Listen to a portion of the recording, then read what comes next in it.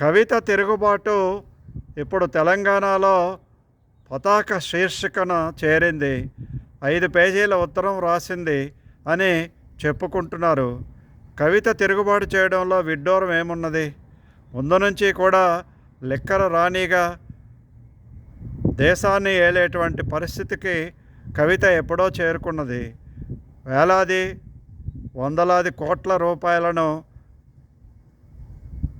TRS ఆవిర్భావం నుండి కూడా సంపాదించడం ప్రారంభించింది. మరి వాళ్ళ అన్న గురించి చెప్పుకున్నట్లయితే అతడు పోకిరి రాజా. సినిమాలో ఉండేటువంటి అందరితోనూ కూడా షికార్లు కొట్టినట్టుగా విపరీతమైనటువంటి సాక్ష్యాధారాలు రేవంత్ రెడ్డి దగ్గర ఉన్నప్పటికీ కూడా వాళ్ళు బహిర్గతం ఎందుకు చేయట్లేదో అర్థం కాదు. అటువంటి వ్యక్తులు తెలంగాణ రాష్ట్రాన్ని నాయకత్వం వహిస్తున్నారు. మరి తిరుగుబాటు చేయడంలో తప్పే ఉన్నది?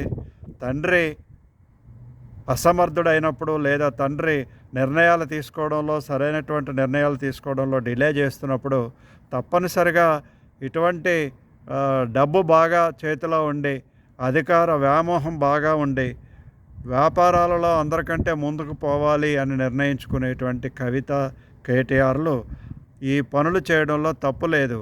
కాబట్టి తప్పనిసరిగా కవిత బయటకు రావాలి.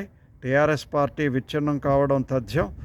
అప్పుడు కానీ టీఆర్ఎస్ పార్టీ యొక్క ఆవిర్భావం ఎందుకయింది అనేటువంటి విషయాన్ని, ఎందుకు మేము సపోర్ట్ చేసాం అనేటువంటి విషయాన్ని తెలంగాణ ప్రజలు ఆలోచించక మానరు.